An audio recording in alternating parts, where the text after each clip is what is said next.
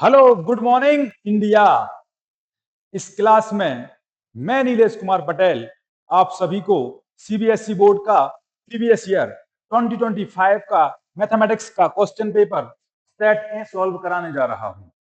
पूरे भारत के बच्चों से, हिंदी मीडियम हो इंग्लिश मीडियम हो, वैसे सीबीएसई इंग्लिश में ही होता है, लेकिन अगर अदर स्टेट बोर्ड्स के बच्चे भी इस लेक्चर को देखना चाहें तो एक बार जरूर देखकर अपने मैथमेटिक्स का पेपर देने जाएं।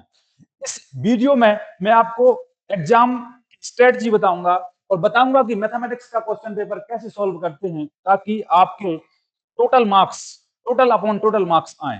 तो बिना किसी देरी के शुरू करते हैं। ये वीडियो पूरे भारत में रिलीज होगा, हर स्टेट के बच्चे इसको देख पाएंगे। यूट्यूब पर फ्री ऑफ कॉस्ट अवेलेबल है ग्रंथा एजुकेशन पर।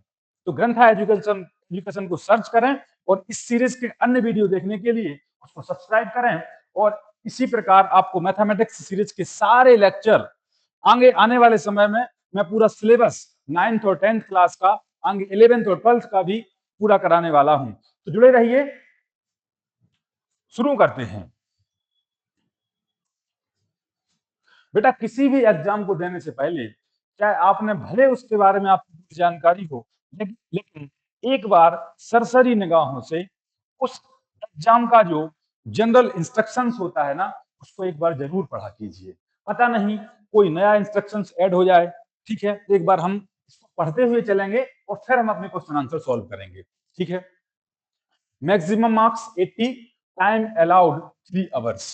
इसके बाद बेटा general instructions, read the following instructions very carefully and strictly follow them. ठीक है। This question papers contains 38 question. इसमें हमारे क्वेश्चन पेपर में कितने क्वेश्चन हैं? 38 टोटल क्वेश्चंस हैं। All questions are compulsory. This question paper is divided into 5 sections, A B C D and E. हमारे paper में कुल कितने सेक्शन हैं बेटा? A B C D E. और टोटल क्वेश्चन कितने हैं? 38 question. This question paper is divided into 5 sections, A, B, C, D, and E. Next, in section A, question number 1 to 18 are multiple choice question, MCQ based questions, and question numbers 19 and 20 are assertion reason based question of 1 marks each.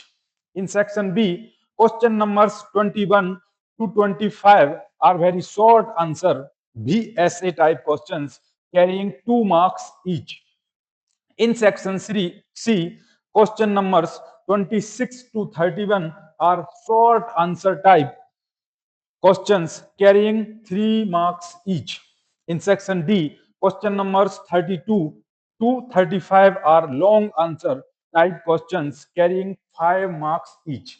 ठीक है बेटा, कुछ और भी हैं क्या? ठीक है।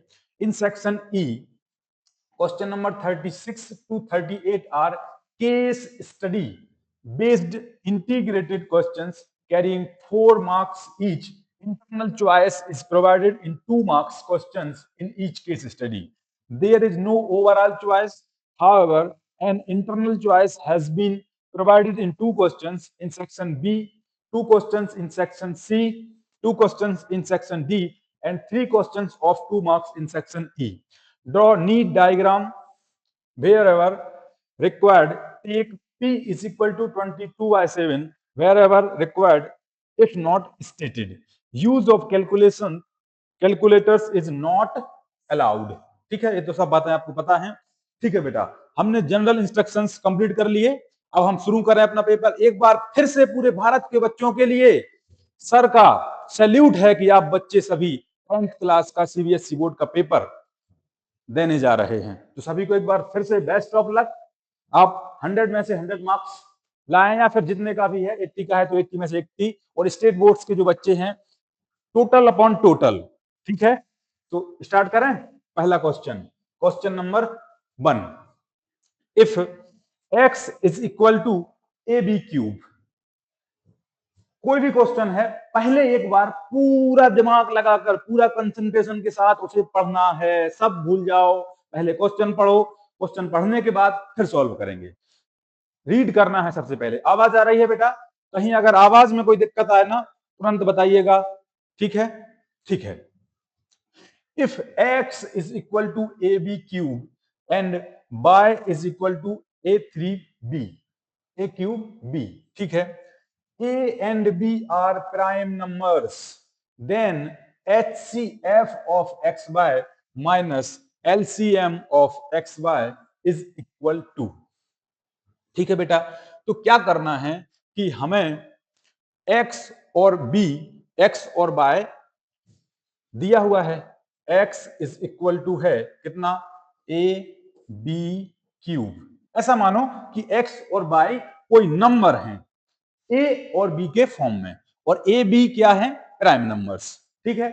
अगर शॉर्ट में कहें ना तो ये प्राइम फैक्टराइजेशन दिया हुआ है x और y का, तो हमें आता है प्राइम फैक्टराइजेशन दिया है एक्स वाई का, तो एक्स और वाई का एलसीएम और एचसीएफ निकालना कौन सी बड़ी बात है, least power highest power, minus कर देंगे आंसर आ जाएगा, क्या चिंता करना, कोई चिंता है क्या, ठीक है।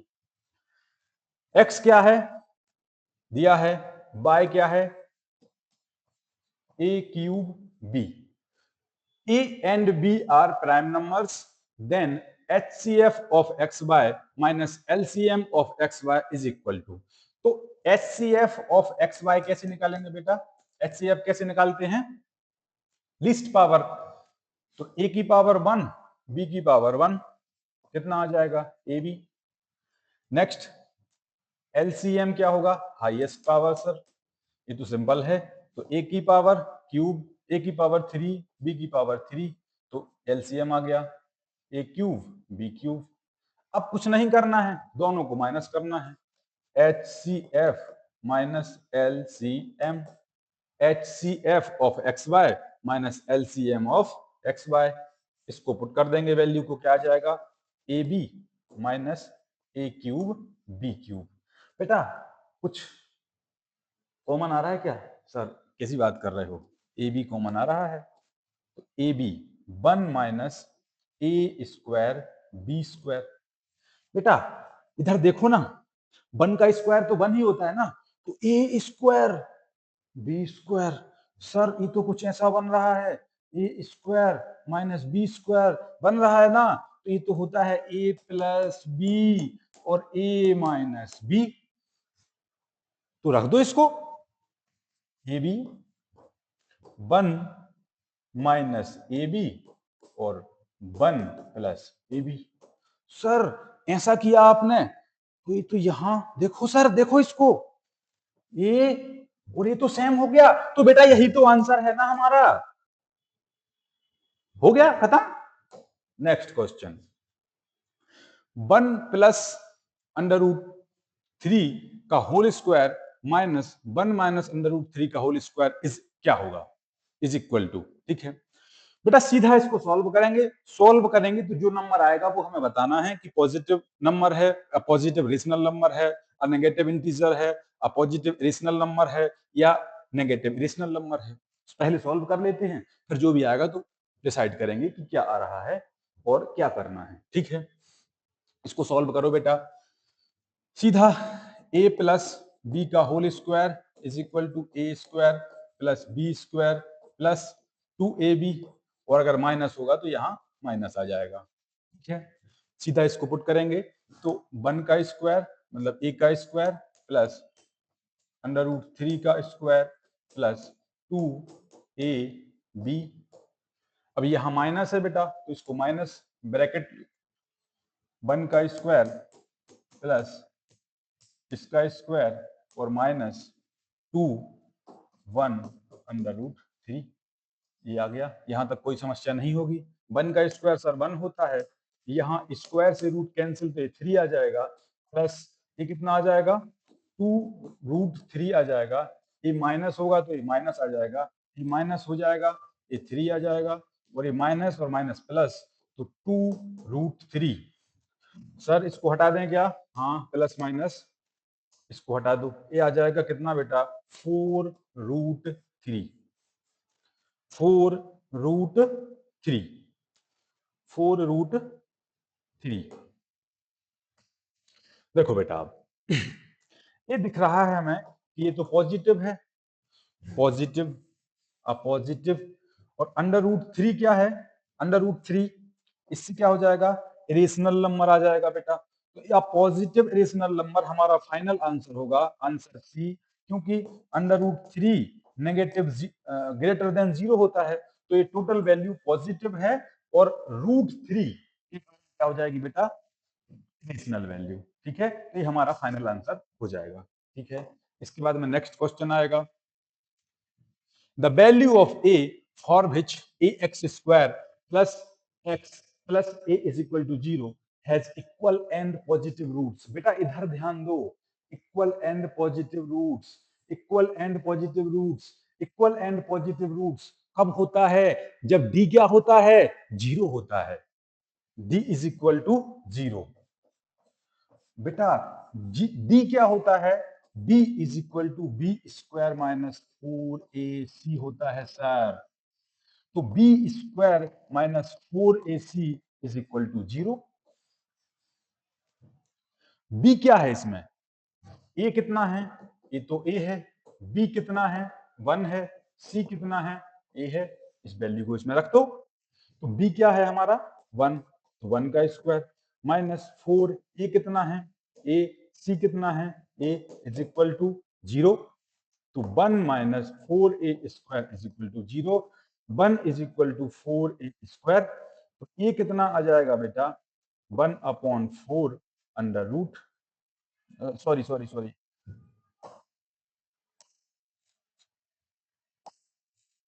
कितना आ जाएगा,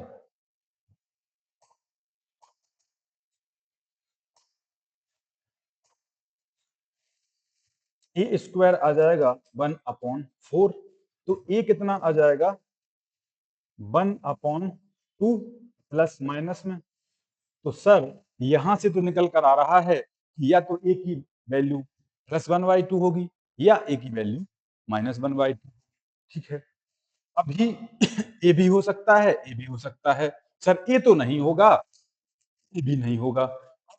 देखो इधर equal and positive roots, sir positive root चाहिए, तो एक्स क्या होता है बेटा, रूट, रूट क्या होता है -b plus minus B square minus 4ac, या फिर ये डी हो जाएगा अपॉन 2a, तो ये तो 0 है, तो x is equal to -b/2a। अब यहां से पता करेंगे कि a की वैल्यू +1/2 होगी या a की वैल्यू -1। तो बेटा इधर देखो, अगर यहां हम a की वैल्यू रखेंगे, अगर a की वैल्यू हम +1/2 रखेंगे, तो टोटल x कितना आएगा, माइनस आएगा, नेगेटिव आएगा, लेकिन हमें क्या चाहिए, पॉजिटिव। तो a की वैल्यू क्या रखनी पड़ेगी, नेगेटिव। अगर a की वैल्यू नेगेटिव मतलब 1/2 रखेंगे, -1/2 रखेंगे, तो बेटा रूट क्या होगा, पॉजिटिव।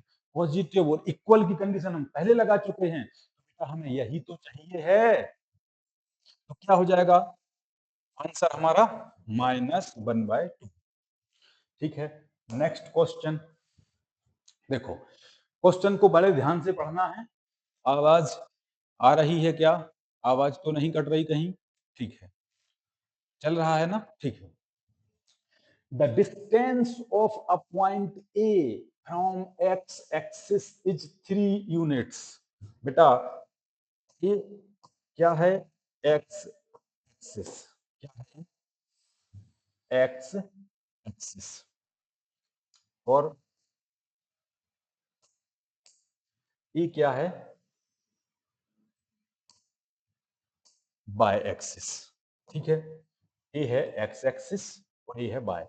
अब देखो क्या दिया है, the distance of a point A from x axis is 3 units. बेटा इसमें दिया है कि एक पॉइंट है ए और जिसकी डिस्टेंस एक्स एक्सिस से 3 यूनिट है, मतलब 1 2 3, 1 1 2 3।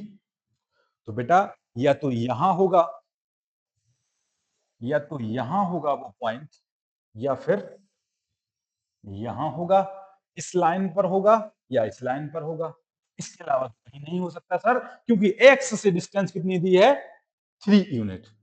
ठीक है, अब बेटा अगर इस पॉइंट, इस लाइन पर कोई पॉइंट होगा या इस लाइन पर कोई कोई पॉइंट होगा, तो उसका बाई कोऑर्डिनेट क्या होगा हमेशा, यहाँ होगा, इस लाइन पर होगा तो हमेशा +3 होगा, और अगर यहाँ होगा तो हमेशा -3 होगा। यहीं से बात समझ में आई सर। इसका मतलब है कि जिसका प्लस हमें निकालना क्या है, which of the following can not be coordinates point. तो हमें ये बताना है कि इनमें से कौन नहीं हो सकता, कौन नहीं हो सकता। तो सर जिसका बाई कोऑर्डिनेट +3 या -3 है वो तो हो सकता है, और जिसका नहीं है उसकी गई भैंस पानी में। तो मतलब इस ए है, ए भी है, ए भी है, इसमें नहीं है, तो ए हमारा फाइनल आंसर। कोई दिक्कत है? नहीं है? आगे बढ़ें? अरे बोलो ना। ठीक है, next question. The number of red balls in a bag is 10 more than the number of black balls. If the probability of drawing a red ball at random from this bag is 3/5, then the total number of balls in the bag is। बेटा कि एक bag है, कुछ red balls हैं और कुछ black balls हैं। Black balls से 10 ज्यादा हैं रेड बॉल्स, और रेड बॉल्स टोटल में से हाथ डालकर बैग में से एक रेड बॉल निकालने की प्रोबेबिलिटी है 3/5। तो हमें फाइंड करना है कि बैग में कितनी बॉल हैं। तो आओ करें। ठीक है, तो मान लो रेड बॉल कितनी है, x, sorry black ball, black ball कितनी है, ब्लैक बॉल कितनी है एक्स। तो रेड बॉल कितनी हो जाएंगी बेटा, रेड बॉल कितनी हो जाएंगी, x+10, 10 मोर गिवन है। तो टोटल कितनी हो जाएंगी, टोटल हो जाएंगी x+x+10, 2x+10। यहां तक बात समझ में आई? ठीक है, अब क्या करना है, बैग में हाथ डालना है, रेड बॉल को निकालना है। तो रेड बॉल को निकालेंगे तो प्रोबेबिलिटी क्या होता है, favourable outcome upon total outcome. तो टोटल आउटकम हमारा कितना है, प्रोबेबिलिटी कितनी है 3/5, इसको निकालने की, रेड बॉल को निकालने की। ये कितने के बराबर आ जाएगा, 2x+10, और रेड बॉल कितनी है x+10। बेटा इस इक्वेशन को सॉल्व कर दोगे तो क्या आ जाएगा, x आ जाएगा, और x की वैल्यू टोटल में पुट कर दोगे तो फाइनल आंसर आपके सामने होगा। सॉल्व करते हैं। 3 2 जा 6x + 30 is equal to 5x, और प्लस में क्या आ जाएगा 50। 6x - 5x, x is equal to 50 - 30 कितना आ जाएगा 20। x की वैल्यू बेटा कितनी आ गई 20, यहां रख दो अब इसमें। तो 2 × 20 और +10 कितना हो जाएगा, ये आ जाएगा 40 और +10 50। तो बेटा यही हमारा फाइनल आंसर होगा, आंसर नंबर ए। खत्म? ठीक है, next question. The value of p for which the equations px + 3y is equal to p - 3, 12x + py is equal to p has infinitely many solutions is many solutions। बेटा हमें दो equation दी हैं और बताया है कि इसके इनफाइनाइट मैनी सॉल्यूशंस हैं। तो हमें क्या करना है, the value of P, P की वैल्यू फाइंड करना है। तो सबसे पहले तो बेटा ये बताओ कि इनफाइनाइट मैनी सॉल्यूशंस की कंडीशन क्या होती है, a1/a2 is equal to b1/b2 is equal to c1/c2। अब दो इक्वेशन क्या है, px + 3y, इसमें यहां से वैल्यू बेटा इसमें रखेंगे, इससे रखेंगे, और जो भी आएगा p की वैल्यू आ जाएगी। तो a1 कितना है बेटा p,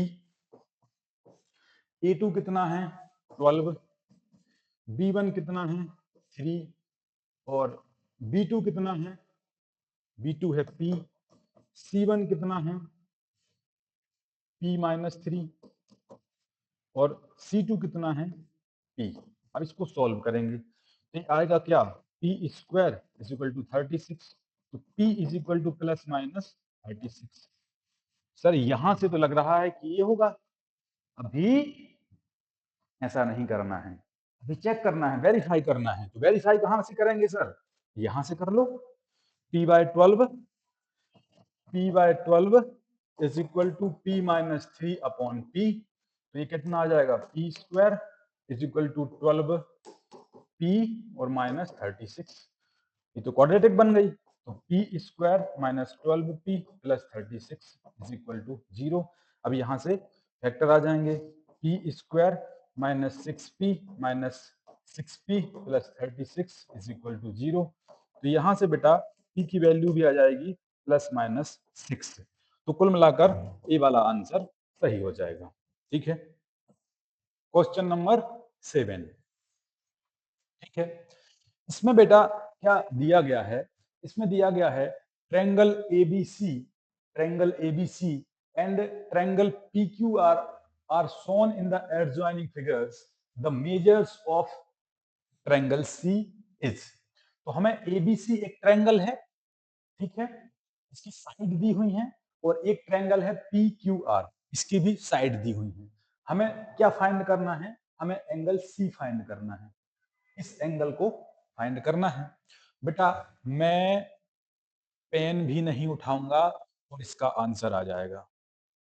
ठीक है, लेकिन तुम लोगों को उठाना है परीक्षा में, एग्जाम में। ठीक है, अब देखो, यहां देखो 3.8 सेंटीमीटर इसका आधा है, या ए डबल है उसका, 3√3 इसका आधा है या हाफ है इसका, और 6 इसका हाफ है। बेटा रेशियो कितना हो जाएगा इस ट्रायंगल का, इस ट्रायंगल से 1/2। तो सर जब साइड, तीनों साइड का रेशियो इक्वल है, ये तो सिमिलर ट्रायंगल हो जाएंगे। Sir A B C P Q R similar triangle है। तो बेटा यहां देखो, अब P, एंगल P सिमिलर होगा किसके, एंगल C के। तो जो एंगल P होगा वही तो C होगा। ठीक है, अब यहां देखो, angle P plus angle R और प्लस एंगल Q कितना होगा, 180। तो इसको 80 degree plus 60 degree plus angle P is equal to 180 degree. Angle P कितना आ जाएगा बेटा, 40 डिग्री। और यही तो एंगल C होगा, angle P is equal to angle C। तो A भी कितना आ जाएगा, 40 डिग्री। तो आंसर हमारा क्या हो जाएगा, D is the correct answer. ठीक है, नेक्स्ट क्वेश्चन। आवाज आ रही है ना, अगर आवाज ना आए तो बताते जाना है। ठीक है, tan 2a, question number 8, tan 2a is equal to 3 tan a is true when the measure of angle A, when the measure of angle A। तो हमें A की वैल्यू बतानी है। सर ऑप्शन देखो पहले, 90 डिग्री पर tan क्या होता है सर, नॉट डिफाइंड। अगर 60 डिग्री लेंगे तो tan 2a tan 120 बन जाएगा। सर सिलेबस में ही नहीं है, सिलेबस से बाहर है। इसमें क्या होगा बेटा, 1045 1 होता है, ए भी नहीं हो सकता। तो ए हो सकता है सर, इसको रख के देख लेते हैं, अगर दोनों की वैल्यू इक्वल हो जाएगी, यही हमारा फाइनल आंसर होगा। तो इधर रखो बेटा, ये कितना रखना है, 30। तो 10 2 इंटू 30 इज इक्वल टू 3 10 30। ठीक है, तो 10 60 is equal to 3 10 30। Sir tan 60 तो होता है √3, और 3 tan 30 कितना होता है बेटा, tan 30 कितना होता है, 1/√3। बेटा इसको तो √3 ही रहने दो, इसको √3 इंटू √3 अपॉन √3 ऐसा लिखेंगे। तो √3 से √3 कैंसल, तो √3 इज इक्वल टू √3। सर ये तो दोनों इक्वल आ गए, इसका मतलब हमारा आंसर डी सही है। तो D is the correct answer. Next question, which of the following statements is true. इसमें से हमें बताना है कि which of the following statement is true. तो 3 गलत होंगे और 1 सही होगा। तो देख लेते हैं एक बार। ठीक है, तो बेटा साइन साइन थीटा और यहां एंगल कितना 0 डिग्री, 30 डिग्री, 45 डिग्री और 60 डिग्री और 90 डिग्री। यहां आ जाएगा cos थीटा और यहां आ जाएगा क्या tan थीटा। तो बेटा साइन 0 कितना होता है 0, ये कितना होता है 1/2, ये कितना होता है 1/√2, ये कितना होता है √3/2 और ये कितना होता है 1। cos क्या होता है इसका अपोजिट 1√3/2, 1/√2, 1/2 और यहां 0। ये कितना होगा बेटा 0, ये कितना होगा 1/√3 और ये कितना होगा 1 और ये कितना होगा √3 और ये कितना होगा नॉट डिफाइंड। अब बेटा यहां से हमारा काम बन जाएगा। अब देखो साइन में तो सर एंगल बढ़ रहा है तो वैल्यू भी बढ़ रही है 0 से 90 तक। इसका मतलब साइन 20 छोटा होगा साइन 70 से, होगा ना। साइन 70 ज्यादा होगा और साइन 20 छोटा होगा, लेकिन इसमें तो दिया है सर साइन 20 ज्यादा होगा साइन 70 से। कैसे बेवकूफ हैं, ये नहीं हो सकता। साइन 20 ज्यादा, अब इस पे बात करेंगे, सबसे पहले इस पे बात करेंगे। तो टेन 20, यहां देखो 10 में वैल्यू क्या बेटा बढ़ रही है, यहां तक बढ़ रही है ना। तो टेन 70 ज्यादा होगा, एंगल के साथ वैल्यू बढ़ रही है, तो ये भी नहीं हो सकता। अब इस पर बात करें cos 20 cos 70, तो cos में क्या है बेटा एंगल के साथ क्या हो रहा है, एंगल के साथ वैल्यू घट रही है।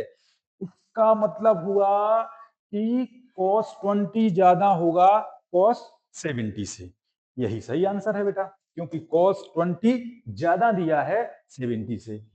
इसमें वैल्यू एंगल के अपोजिट है। समझ में आ गया, C is the correct of answer. Next question बेटा, क्वेश्चन को ध्यान से पढ़ना है, क्वेश्चन को ध्यान से पढ़ना है, क्वेश्चन को ध्यान से पढ़ना है।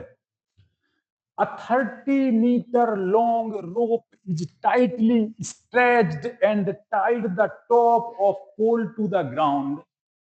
If the rope makes an angle of 60 degree with the ground, the height of the pole, बेटा राइट एंगल ट्रायंगल का क्वेश्चन है, तो सबसे पहले तो राइट एंगल ट्रायंगल बना लेंगे।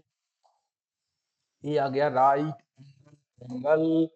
ठीक है, कोई दिक्कत है क्या सर? बिल्कुल दिक्कत नहीं है।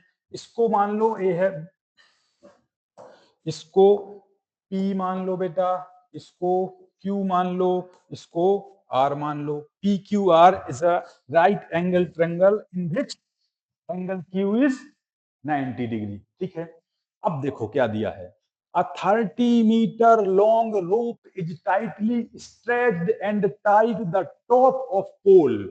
तो ये है हमारा क्या रोप, ये है हमारा रोप। यहां से ये पोल है, PQ हमारा पोल है, और यहां से ग्राउंड से यहां तक ये टाइटली बंधा हुआ है। ये हमारा हाइपो हो जाएगा, हाइपो। तो इसका क्या है, हमें क्या करना है, द हाइट ऑफ द पोल हमें ये फाइंड करना है। क्या करना है, ये पोल फाइंड करना है। A 30 metre long rope is given है, कितना गिवन है 30 metre. A 30 metre long rope is tightly stretched and tied the top of pole to the ground if the rope makes an angle of 60 degree. बेटा ये angle कितना given है 60 degree. ठीक है, ground से रोप के बीच में एंगल कितना है 60 डिग्री। तो हमें क्या करना है, ये निकालना है, PQ की वैल्यू फाइंड करनी है। तो सीधा बेटा देखो ये क्या होगा हमारा हाइपो, और ये क्या हो जाएगा, क्या हो जाएगा परपेंडिकुलर। तो perpendicular perpendicular upon hypo, perpendicular upon hypo क्या होता है sine theta. Perpendicular upon hypo क्या होता है साइन थीटा। तो यहाँ क्या आ जाएगा, साइन थीटा। तो बेटा परपेंडिकुलर अपॉन हाइपो, तो P अपॉन 30 और साइन 30 की वैल्यू बेटा कितनी होती है, साइन 60, सॉरी साइन 60, साइन 60 की वैल्यू कितनी होती है, अंडर रूट 3 अपॉन 2। तो क्या आ जाएगा, 2P is equal to 30 root 3, तो P आ जाएगा 15 root 3। This is our final answer, 15 root 3 दिख रहा है क्या ऑप्शन में, 15 root 3। D is the correct answer of this question. ठीक है, next question, on the top face of the wooden cube of side 7 centimeter, hemispherical depressions of radius 0.35 centimeter are to be formed by taking out the wood. The maximum number of depressions that can be formed is, समझ में नहीं आ रहा है sir कुछ भी, रुक जाओ रुक जाओ रुक जाओ, मैं हूं ना, बस चिंता करनी नहीं है। ठीक है, सबसे पहले क्या दिया है, वुडन क्यूब, वुडन क्यूब बना लेते हैं ना, वुडन क्यूब, वुडन क्यूब कहाँ होगा, 3D में होगा sir, wooden cube, wooden cube, wooden cube, wooden cube, wooden cube, wooden cube, wooden cube, wooden cube, wooden cube, wooden cube, ये हमारा क्या हो गया, वुडन क्यूब। अब देखो, on the top face of the wooden cube of side 7 centimetre, तो बेटा ये वुडन क्यूब है हमारा, ए भी कितना होगा 7 सेंटीमीटर, ए भी कितना होगा 7 सेंटीमीटर, ए भी कितना होगा 7 सेंटीमीटर, और ए भी कितना होगा 7 centimetre. On the top face of the wooden cube of side 7 centimeter, hemispherical depressions of radius 0.35. तो hemispherical, hemispherical, hemispherical, hemispherical,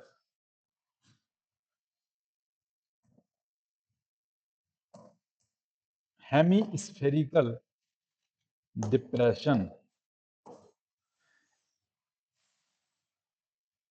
hemispherical depression, बेटा ऐसा कुछ बनेगा यहाँ, ये टॉप सरफेस है ना, तो यहाँ पूरे में ऐसे बन जाएंगे।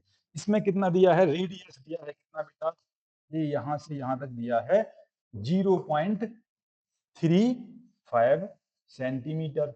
ये टोटल कितना, इसका डायमीटर कितना हो जाएगा, ये डायमीटर, वास्तव में रियलिटी में ऐसा बनेगा, इस सर्किल ऊपर आएगा और नीचे जाएगा हेमिस्फेरिकल। ठीक है, तो ये आ जाएगा इंटू 2, तो ये कितना हो जाएगा 0.70 सेंटीमीटर, ये बनेगा इसका। ठीक है बेटा, अभी यहाँ बनाओ, इस पे बनाओ, यहाँ बनेंगे, मैं थोड़ा सा ऊपर करके बनाता हूँ, ऐसे बनेंगे, ऐसे ऐसे बनेंगे, ऐसे ऐसे ऐसे ऐसे ऐसे ऐसे ऐसे ऐसे ऐसे ऐसे ऐसे ऐसे ऐसे, यहाँ सब जगह है ऐसे बन जाएंगे। ठीक है, ऐसे।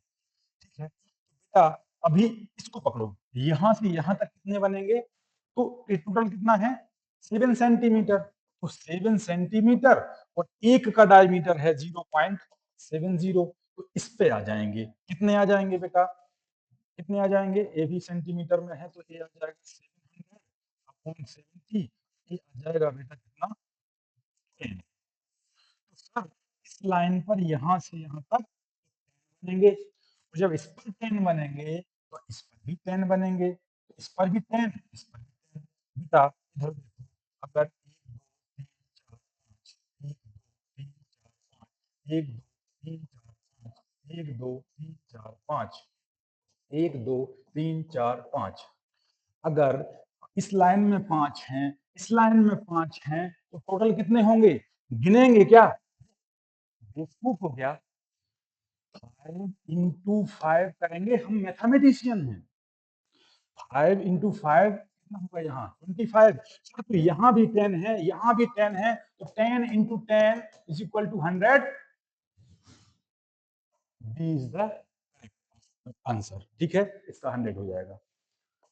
Next question, the cumulative frequency for calculating median is obtained by adding the frequencies of all the, बेटा the cumulative frequency for median, जब हम मीडियन निकालते हैं ना तो जो फॉर्मूला होता है और फॉर्मूले में हम कम्युलेटिव फ्रीक्वेंसी रखते हैं।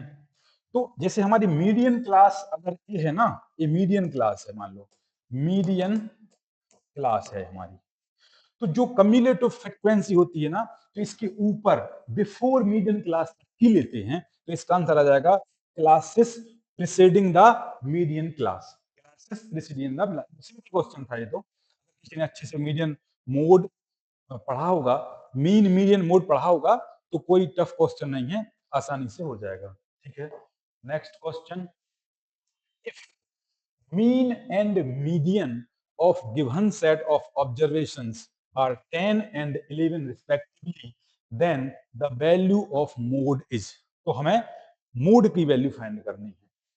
फॉर्मूला होता है सीधा मोड का, सीधा मोड का सीधा फॉर्मूला होता है, और उस फॉर्मूले में इसकी मीन की और मीन और मीडियन पुट कर देंगे तो सीधा मोड आ जाएगा। इसको ध्यान से याद करना है। मोड कितना होता है बेटा, mode is equal to three median minus 2 mean. ठीक है, देखो इसमें मीडियन कितना दिया हुआ है, मीडियन मीडियन कितना दिया हुआ है 11, और मीन कितना दिया हुआ है 10, ये आ जाएगा 33 माइनस 20, तो ये मोड हमारा कितना आ जाएगा बेटा, मोड आ जाएगा 12। This is our final answer, तो सी हमारा करेक्ट आंसर हो जाएगा। यहां तक कोई समस्या है? कोई समस्या नहीं है, आवाज आ रही है, जुड़े रहिए। पूरे भारत के 10th क्लास के विद्यार्थियों को, स्टूडेंट्स को सर का एक बार फिर से नमस्कार। ठीक है, एनर्जी बनाए रखें। ठीक है, इन द एडजॉइनिंग फिगर, देखो इस फिगर को देखो, इस फिगर में क्या है, क्या है फिगर में, 2 सर्किल हैं विथ सेम सेंटर।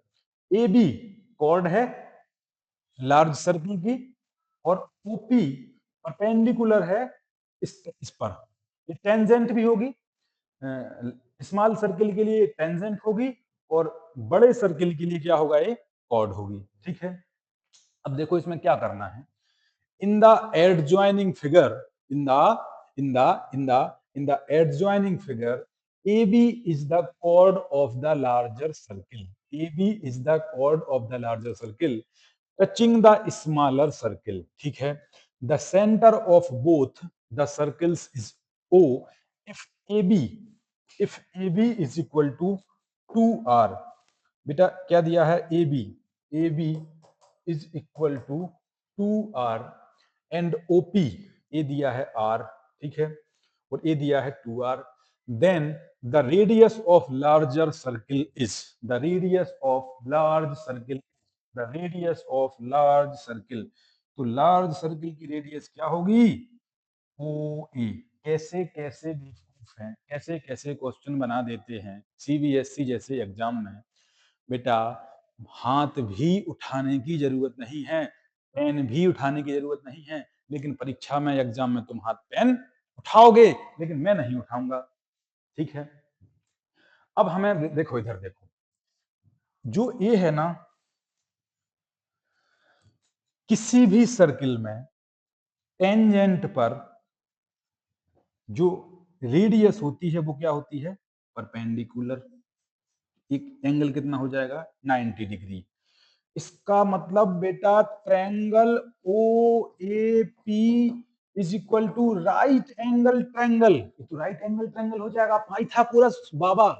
पाइथागोरस बाबा ऐसे बाबा हैं जो 5th क्लास से 12th तक BSc, MSc, engineering, ISRO, NASA हर जगह काम आते हैं।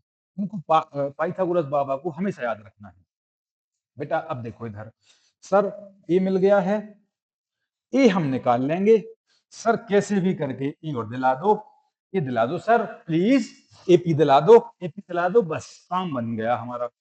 तो एपी बेटा कैसे आएगा, किसी भी सर्किल में, किसी भी सर्किल में सेंटर से कॉर्ड पर डाला गया परपेंडिकुलर उस कोड को इक्वल पार्ट्स में डिवाइड करता है।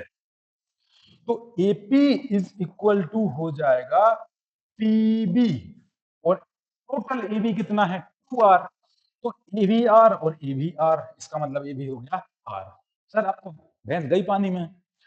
तो OA का स्क्वायर, OA का स्क्वायर कितना हो जाएगा AP स्क्वायर और प्लस OP स्क्वायर। तो OA कितना आ जाएगा बेटा अंडर रूट में R स्क्वायर और प्लस R स्क्वायर। ये हो जाएगा बेटा अंडर रूट में 2R स्क्वायर।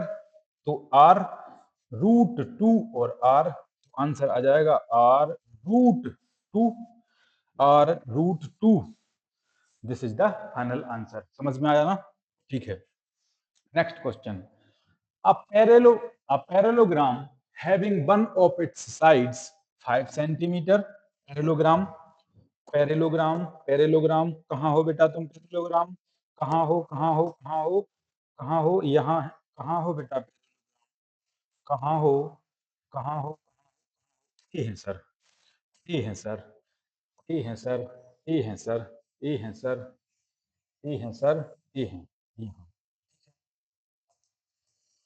देखो, parallelogram having one of its side 5 centimetre, 5 centimetre, ठीक है। circumscribes a circle, circumscribes a circle, circle, circle, circle, circle, circle, circle, circle, circle।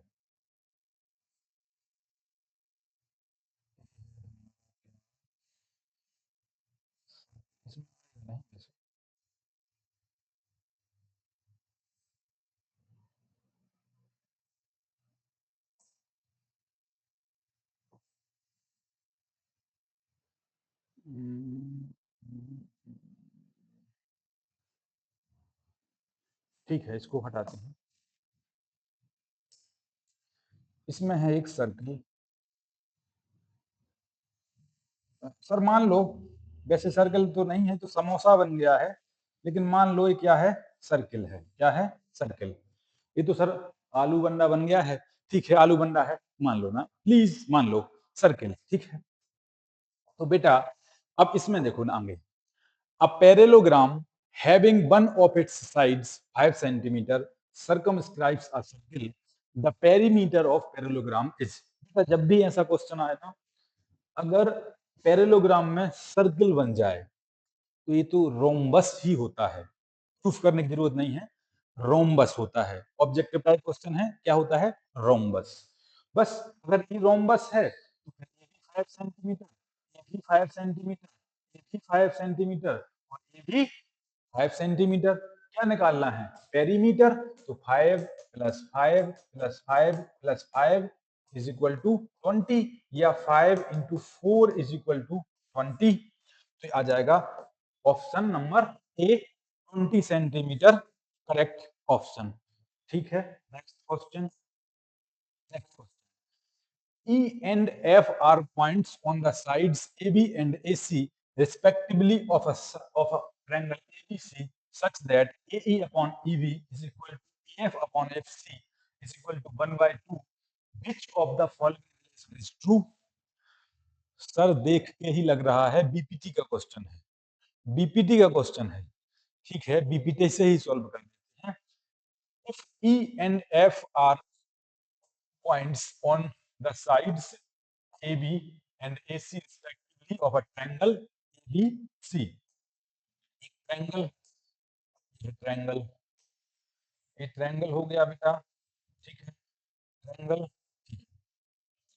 Triangle है कौन सा? A B C.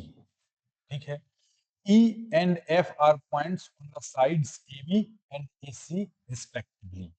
तो यहाँ एक पॉइंट है E, एक यहाँ पॉइंट है, एक यहाँ पॉइंट है,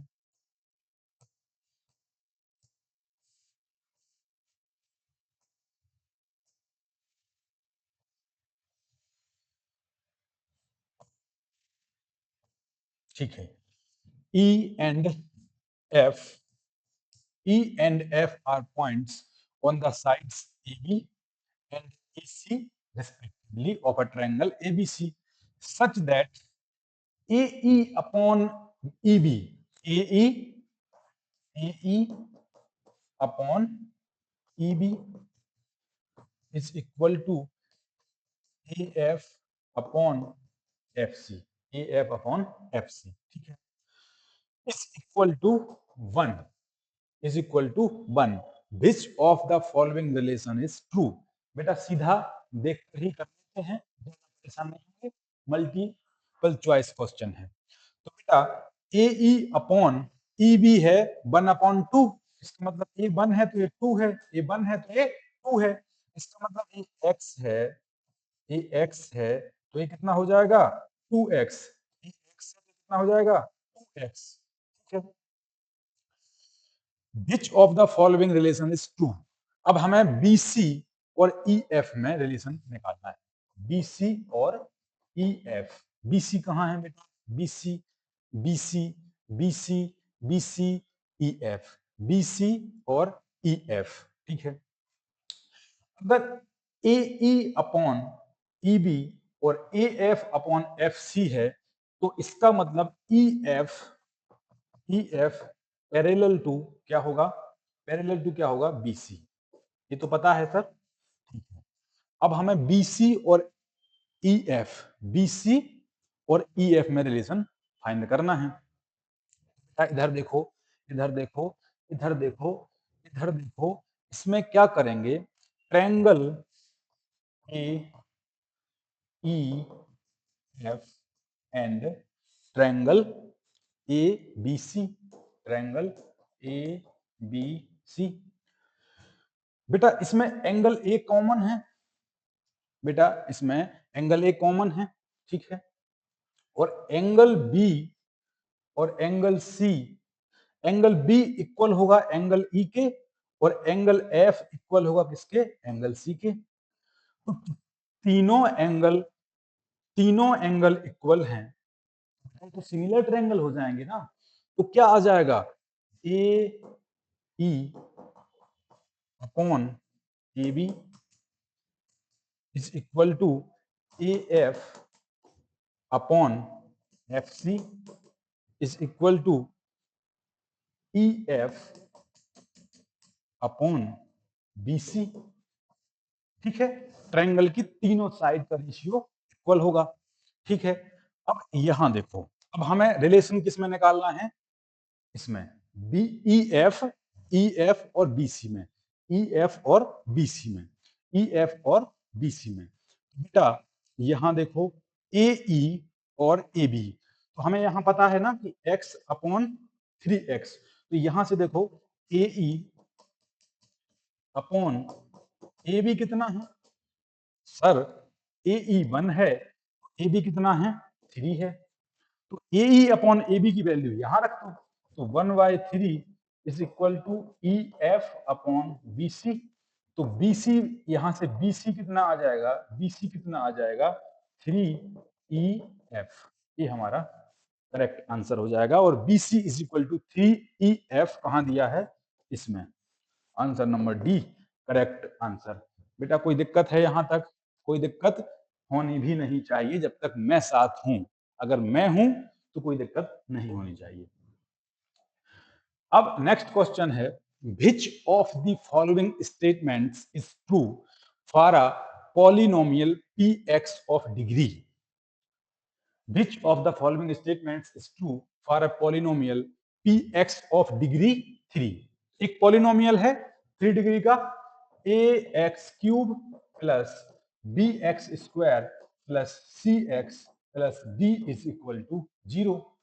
तो अब इसमें से क्या करेक्ट होगा, तो हमें ऐसा लग रहा है कि इसके जो वैल्यू होगी ना इसमें, which of the following statements is true for a polynomial px of degree 3? px has at most 3 distinct zeros, तो इसके जीरोस होंगे तो मैक्सिमम जीरो इसके कितने होंगे, मैक्सिमम 3 होंगे। लेकिन सर ऐसा भी तो हो सकता है कि एक जीरो हो, एक जीरो हो, एक हो जाए, या फिर एक 1 है बाकी 2 जीरो। तो इसका मतलब है बेटा कि मैक्सिमम 3 होंगे सर, मैक्सिमम 3 होंगे।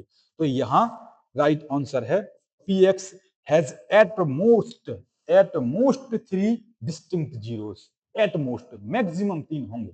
ठीक है, next question, a pair of dice is thrown, a pair of dice is thrown, a pair of dice is thrown, pair of dice is thrown, the probability that sum of numbers appearing on top pieces is at most 10 is, बेटा जब हम dice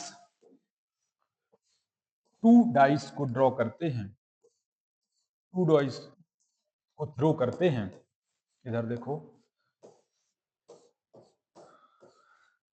6 outer surface हैं, अगर एक जगह 1 होगा, इधर 2 होगा, इधर 3 होगा, इधर 4 होगा, इधर अंदर वाली पे 5 होगा, बाहर वाली पे 6 होगा। तो जब 2 डाइस को हम थ्रो करते हैं तो बेटा क्या क्या सिचुएशन बनती है, प्रोबेबिलिटी का क्वेश्चन है, टोटल आउटकम्स फाइंड करने पड़ेंगे, और जो हमें फेवरेबल आउटकम्स दिया है क्या कि दोनों का सम एट मोस्ट 10 होना चाहिए, एट मोस्ट 10 से ज्यादा नहीं होना चाहिए। लेकिन हम इसका उल्टा करेंगे, हम निकालेंगे 10 से ज्यादा के लिए और फिर 1 में से माइनस कर देंगे तो ये आ जाएगा। तो बेटा इसमें टोटल आउटकम्स क्या होंगे, 1 1 1 2 1 3 1 4 1 5 2 1 2 2 2 3 2 4 2 5 2 6 3 1 3 2 3 3 3 4 3 5 3 6 4 1 4 2 4 3 4 4 4 5 और 4 6 5 1 5 2 5 3 5 4 5 5 5 6 6 1 6 2 6 3 6 4 6 5 6 6। अब बेटा हमें क्या करना है कि हमारा फेवरेबल आउटकम क्या होगा कि जिसमें दोनों का सम एट मोस्ट 10, मैक्सिमम 10 होना चाहिए। लेकिन हम तो क्या करेंगे, हम इसका उल्टा करेंगे, तुम हमें फंसा रहे हो लेकिन हम नहीं फंसेंगे। हम क्या करेंगे, 10 से ज्यादा के लिए निकाल लेंगे, फिर 1 में से माइनस कर देंगे तो 10 से कम के लिए आ जाएगा। तो ऐसी सिचुएशंस इसमें कौन कौन सी हैं जिसमें सम मोर देन 10 हो, मोर देन 10 होगा। तो बेटा एक तो सिचुएशन है, एक ए हो गई, एक ए हो जाएगी और एक ए हो जाएगी। कितनी सिचुएशन है, 3, बाकी तो ये 10 9 10 9 9 यहां तो होगा नहीं, तो 3 है। हमारे फेवरेबल आउटकम कितने हो जाएंगे, 3, और टोटल आउटकम कितने हैं, 36, 3/36। ये आ जाएगा बेटा कितना, 1/12। कितना आ जाएगा, 1/12।